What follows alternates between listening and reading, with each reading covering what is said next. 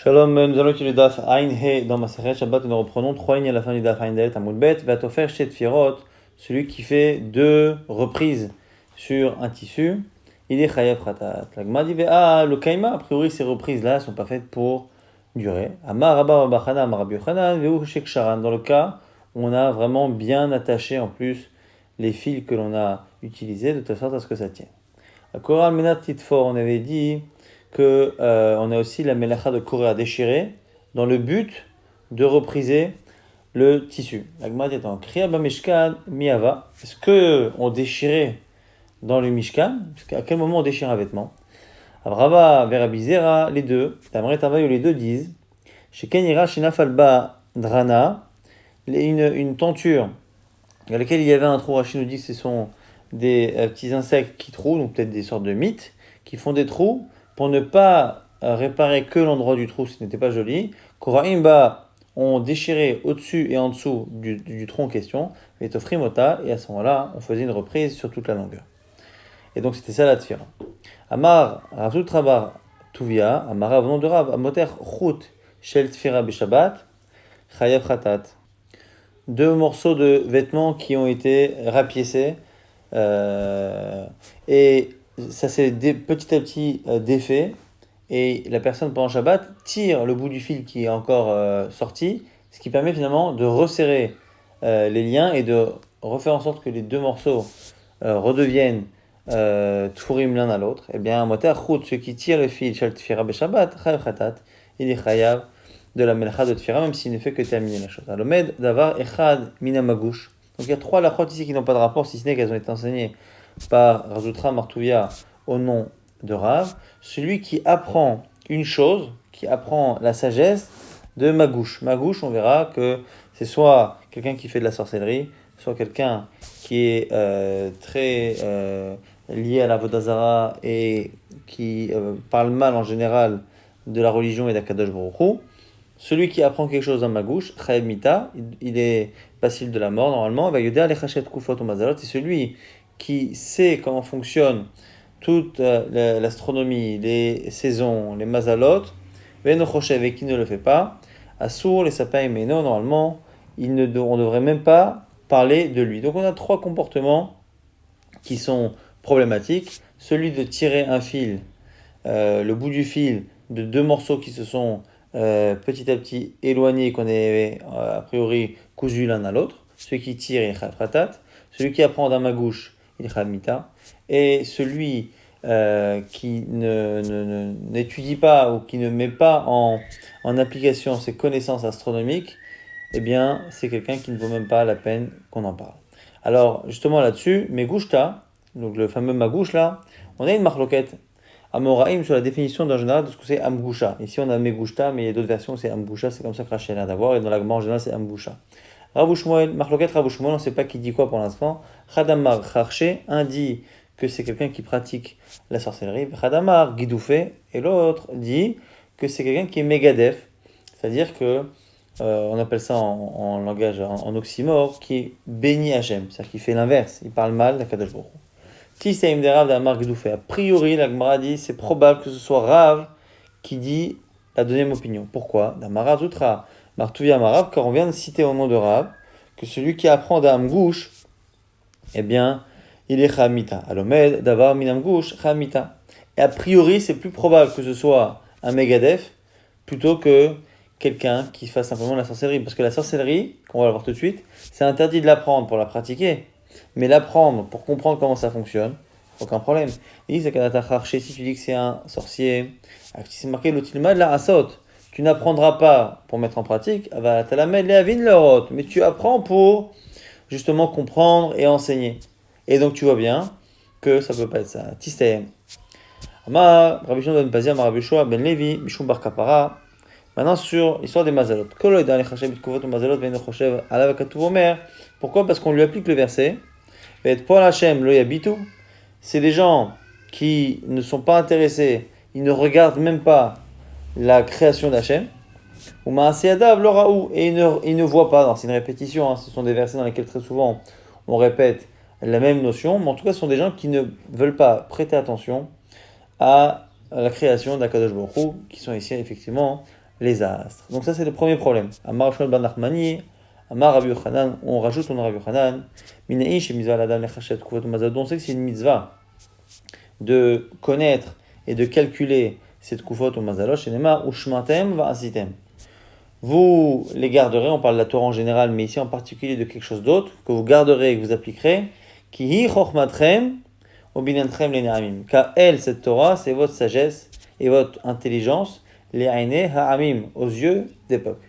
Donc ça, c'est dans la pratique des mitzvot et la connaissance de la Torah. Mais on rajoute que c'est aussi une allusion au fait en général que le Ham Israël doit être, par sa sagesse, un exemple pour les nations. Ezo Chochma, c'est quoi cette sagesse ou Bina Sheila Inamim qui est reconnue des nations? Et puis Omer Zechishut Kufot ou Mazalot. C'est justement cette Chochma d'astronomie. Rachid nous explique que c'est même le fait de comprendre qu'en fonction des Mazalot, en fonction de la position des astres à tel moment, ça veut dire qu'on va avoir une saison qui est pluvieuse ou qui ne l'est pas. Ce genre de choses qui sont vérifiables, eh bien c'est ça qui donne cette impression de Chochma aux yeux des nations.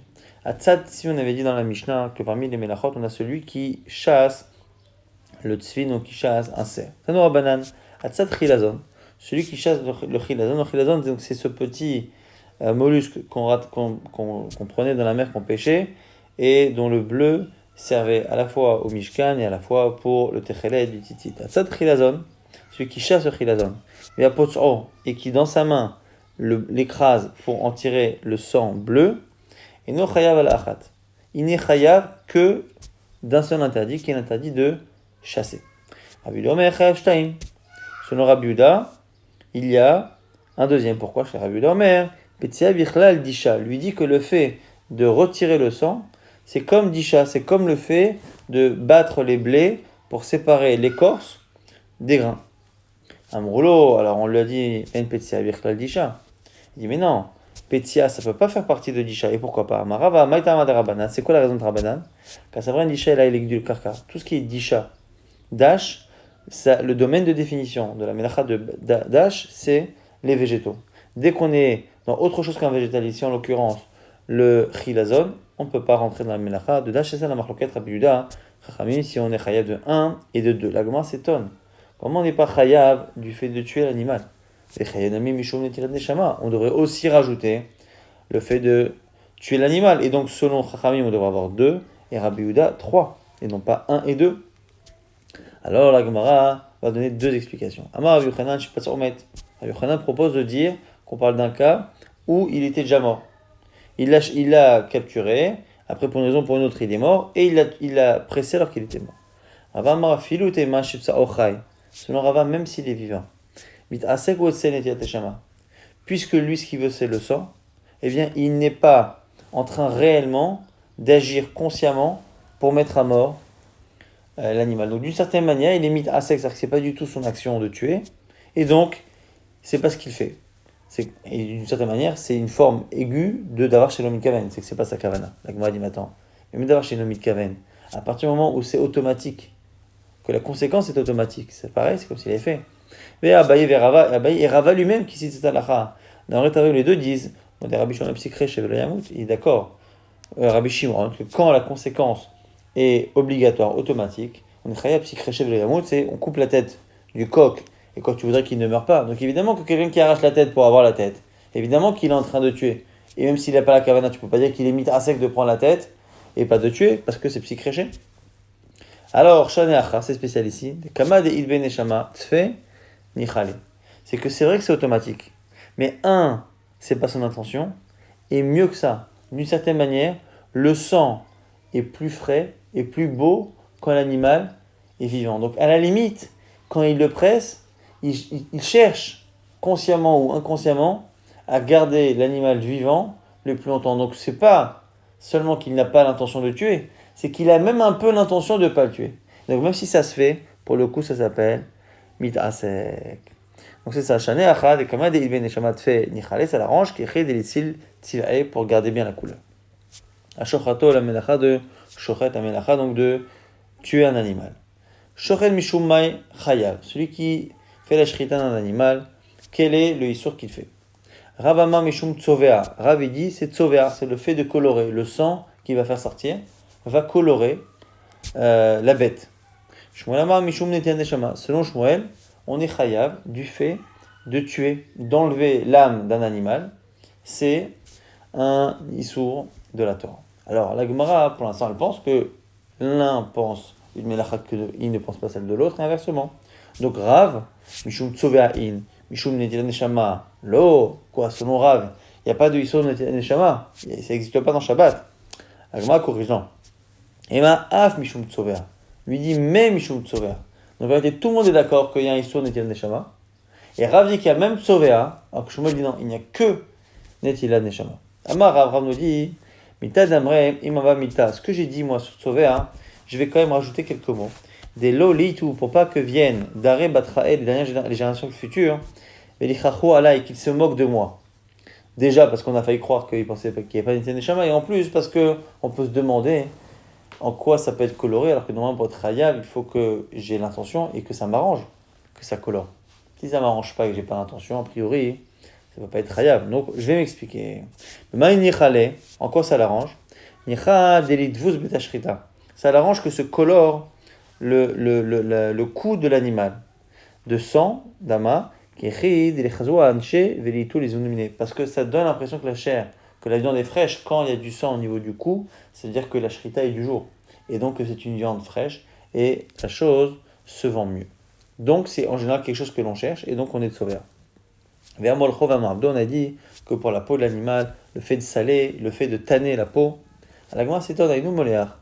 Aïnou Merabed, quelle différence entre saler et tanner? Tanner, donc c'est mettre des produits pour travailler la peau, et saler aussi, c'est la même chose.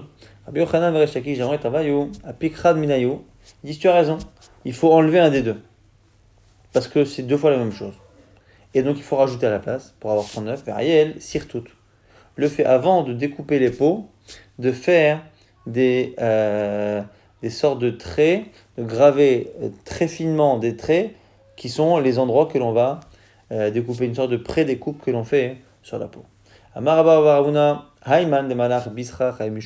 Celui qui sale de la viande est chayav de merabed, parce que là aussi, par le sel, il provoque un changement de la consistance de la chose, même si c'est la nourriture. Rava n'est pas d'accord. Il dit il n'existe pas foncièrement de melacha, de merabed avec de la nourriture. Amar Ravashi va filou Rabba Baravuna. Lama et là des kava et les ocha. Et on nous dit au nom de Ravashi que même Rabba Baravuna qui a parlé de merabed pour la viande, c'est quand la personne prévoit de garder cette viande pour la route. Donc comme la personne va faire la route pendant des semaines et des mois, il veut garder cette viande. Aval les bétam ici pour la maison. L'hommage fait niche, michlaetz. Les gens n'ont pas l'habitude de rendre, de durcir comme ça leur nourriture et d'en faire quelque chose qui est presque du bois, et donc du coup c'est pas l'habitude et on n'est pas chayav.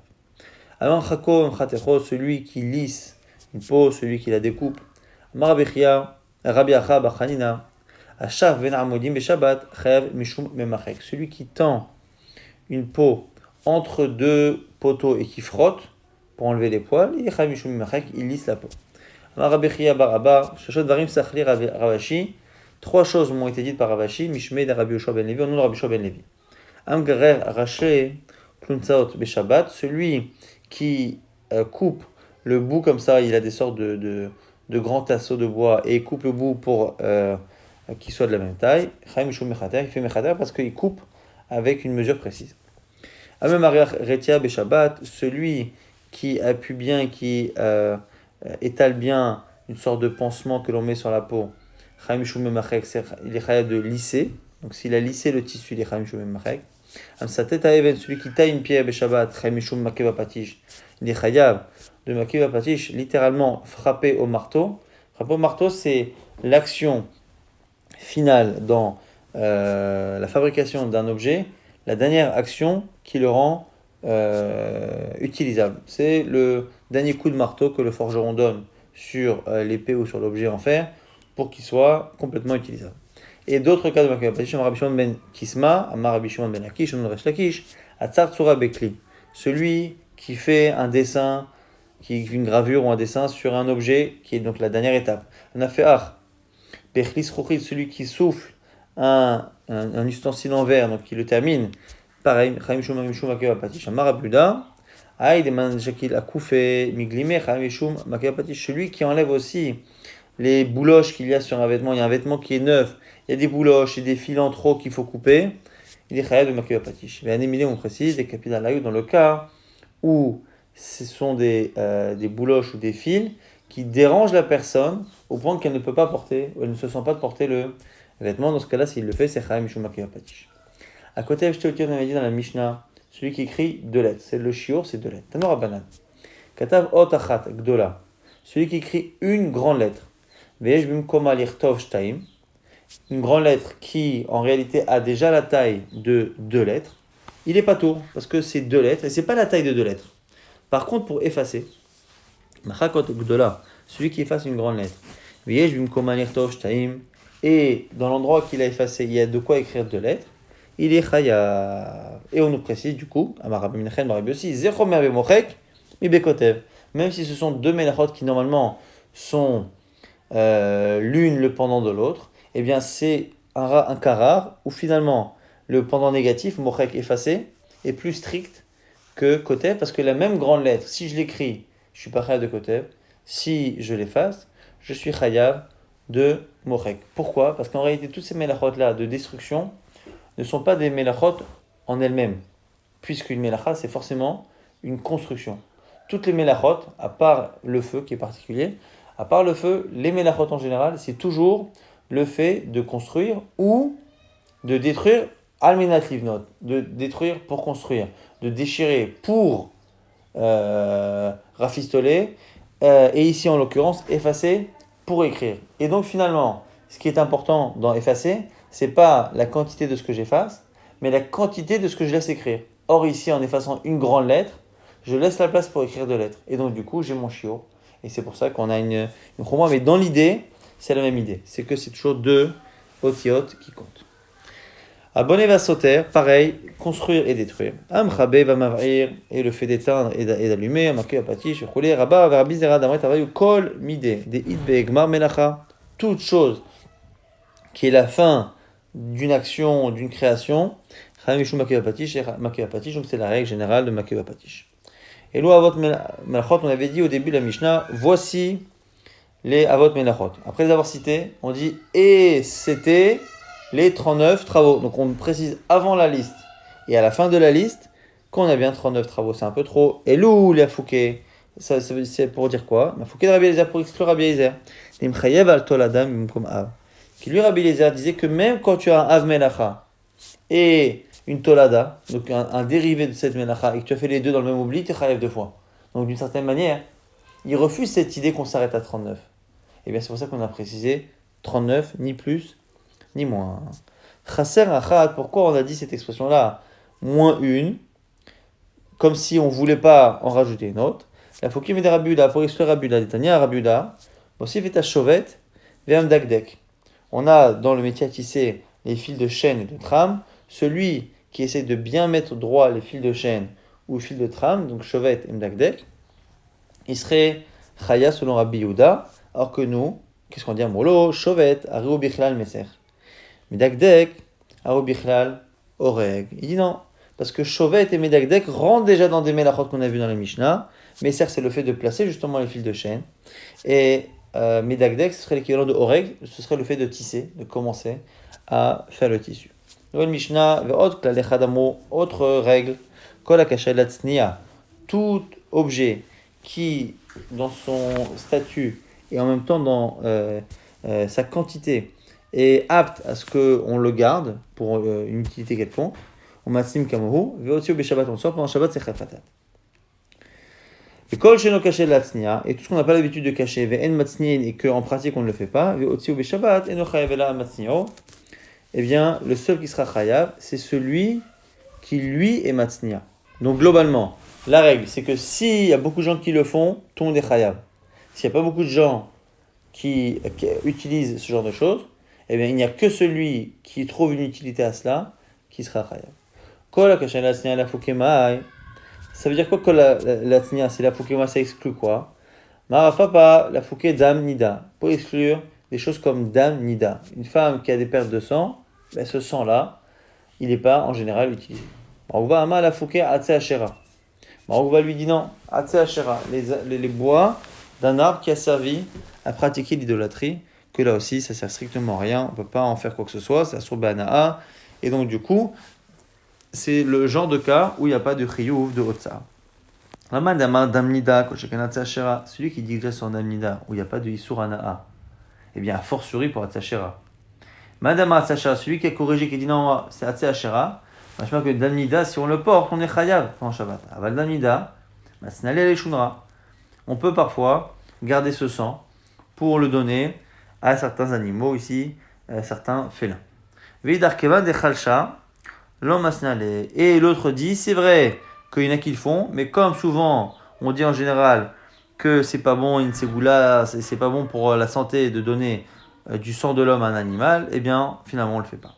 Marabi aussi, Khanina. Haïdelo ki Rabbi Shimon. Maintenant, on nous dit que ce qu'on a dit dans la Mishnah, c'est pas comme Rabbi Shimon. Pourquoi dit que Rabbi Shimon, Amalo Amro Kol Ashurin Alalo, et là, le Matzni'em. Lui pense Rabbi Shimon que quoi qu'il arrive, en général, c'est toujours pour celui qui a l'habitude d'utiliser et de garder ce genre d'objet qu'on est chayav. Alors que nous, dans la Mishnah, on a dit que si les gens font, eh bien, c'est valable pour tout le monde, même ceux qui ne le font pas même. On en profite pour faire un petit résumé de ce qu'on a vu dans le DAF.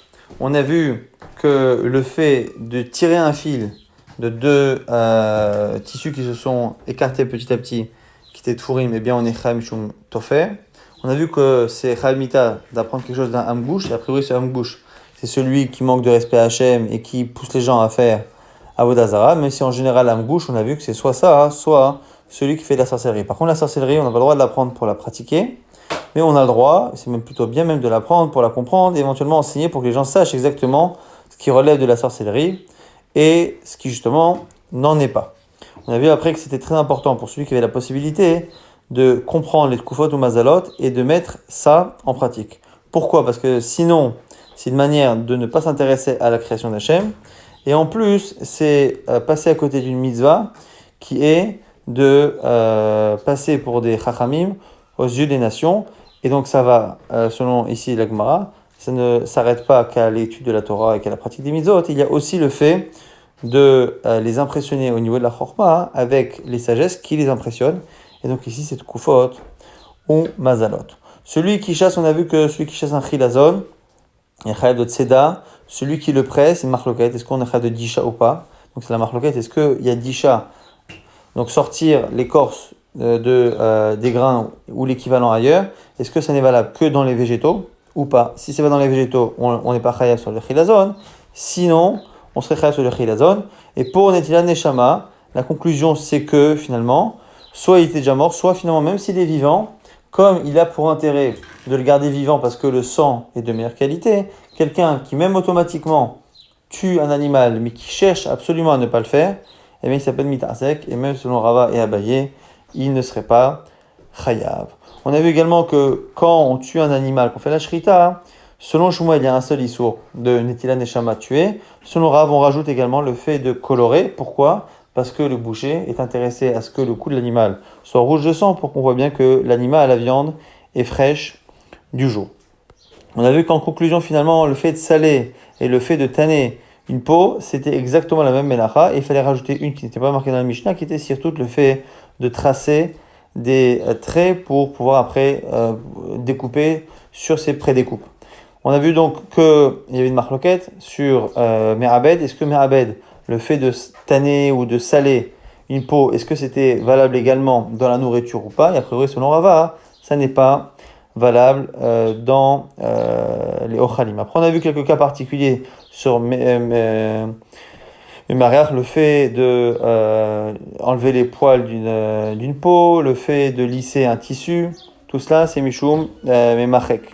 On a vu que tout ce qui était terminer un objet ou une pierre, faire le dernier coup, dernière modification qui le rend utilisable, on est chayav de maquer la patiche. On a vu qu'il y a une différence entre l'écriture et effacer. L'écriture, c'est 2 lettres, et comme effacer, c'est dans le but d'écrire 2 lettres. C'est une grande lettre que j'écris, je ne suis pas chayav. C'est une grande lettre que j'efface, dans laquelle je peux réécrire derrière 2. Je suis chayav, c'est le chomer qu'il y a dans Mochek par rapport à Kotev. On a vu également que, selon certains, on devait rajouter 2 melachot qui étaient chovet et Medagdek, mais nous finalement on estime que ça rentre dans les Melachot de Messer et de Horeg, de placer les fils de chaîne et de trame et le fait de tisser sur le métier à tisser. Et après on a vu une marloquette entre notre Tana la Mishnah et Rabbi Shimon, si les shiurim qu'on a cités sur les objets apportés pendant Shabbat, est-ce que c'est valable que pour celui qui a l'habitude d'utiliser et de garder ce genre d'objet, ou est-ce qu'à partir du moment où on le fait, c'est valable pour tout le monde?